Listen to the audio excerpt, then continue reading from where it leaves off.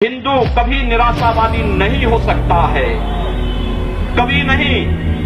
दुनिया के अंदर तमाम संस्कृतियां मिट गई, तमाम परंपराएं मिट गई, सब कुछ नष्ट हो गया, कोई पूछने वाला नहीं, इतिहास में नाम शेष हो गए। लेकिन इतनी विपत्तियों के बावजूद, हजारों हमलों को झेलने के बावजूद, तमाम षड्यंत्रों के बावजूद, अंदर और बाहर दोनों से हमलों को जूझते हुए भी अगर सनातन हिंदू धर्म मजबूती के साथ खड़ा है तो वह किसी के बल पर नहीं, इस जनता की ताकत के बल पर है। और जब तक आस्था सनातन हिंदू धर्म के प्रति आप सबकी बनी रहेगी, भारत माता के प्रति आपकी बनी रहेगी, दुनिया की कोई ताकत आपका बाल बाका नहीं कर पाएगा। हमें किसी ओबामा से सर्टिफिकेट की आवश्यकता नहीं। हिंदुत्व पर जो प्रहार करेगा उसको महाप्रलय को स्वयं आमंत्रित कर देगा, महाप्रलय की चपेट में स्वयं भी आएगा। इस बारे में किसी को कोई गलतफहमी नहीं होनी चाहिए। और इसलिए बंधुओं, आप सबका मैं आह्वान करूंगा, बहराइच में महाराज सुहेलदेव पासी के सामने लोग लड़ने के लिए आए थे, मात्र 2 लोग बचे थे, सबके सब मार डाले गए थे। और 1971 में 95,000 पाकिस्तानी कायरों को किस तरीके से मुर्गा बना करके नाक रगड़ने के लिए मजबूर कर दिया गया था भारत के बहादुर जवानों के द्वारा। और अगर इसके बाद भी आंखें नहीं खुलती हैं तो एक बार पुनः देख ले अपनी ताकत को। मैं तो यही कहूंगा कि निगाहों से देखे जाएंगे। भारत का संत दुनिया के अंदर कहीं भी जाता है, सम्मान की निगाहों से देखा जाता है। पूरी दुनिया के अंदर जहां भी भारत की संत परंपरा जाती है। सिंगापुर में मैं गया, मैं देर में पहुंचा।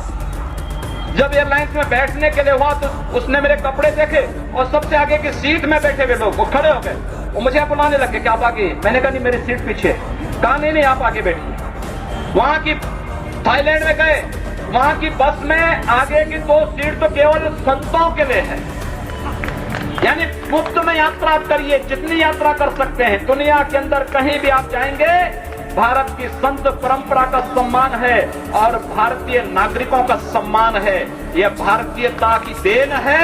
ओबामा जी, इसके लिए किसी के हम लोगों को सर्टिफिकेट देने की आवश्यकता नहीं। हमारा प्रमाण हमारी विरासत है, हमें जो कुछ भी मिला है वह दुनिया के सामने है। लेकिन याद रखना, अगर कोई हिंदुत्व को छेड़ेगा तो वह मानवता की बर्बादी का संदेश होगा और कुछ नहीं होगा। हिंदुत्व दुनिया के अंदर सुख और शांति का प्रतीक है और विश्व हिंदू परिषद इसका नेतृत्व कर रहा है। विश्व सुरक्षा की गारंटी हो। मैं कहता हूं भारत के मौलानाओं से और भारत के पादरियों से भी, आज ISIS नाम का एक आतंकी संगठन इराक और सीरिया के अंदर जिस निर्ममता के साथ मानवता को कुचल रहा है, वहां पर यजीदी समुदाय के साथ साथ तमाम अल्पसंख्यक समुदायों को बड़ी निर्ममता के साथ काटा जा रहा है। और यही नहीं, शिया मुसलमानों को भी मारा जा रहा है, उसी बर्बरता के साथ काटा जा रहा है। भारत के सब मौलाना मुंह बंद किए हुए हैं, क्योंकि इनको लगता है कि अगर ISIS के खिलाफ बोलेंगे तो वह एक प्रकार से इस्लाम के खिलाफ वक्तव्य होगा। क्या इस्लाम का स्वरूप या बर्बर स्वरूप है इस्लाम का? हम आखिर साबित क्या करना चाहते हैं?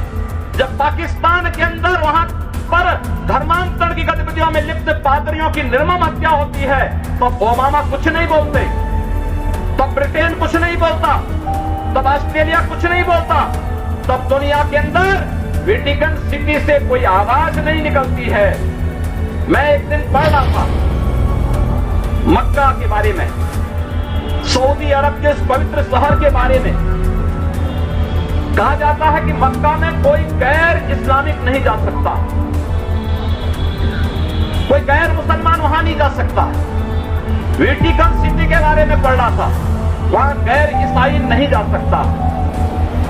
लेकिन काशी हिंदुओं की सांस्कृतिक राजधानी है, धार्मिक नगरी है। काशी के अंदर सब लोग आ सकते हैं। अब उदास कौन है?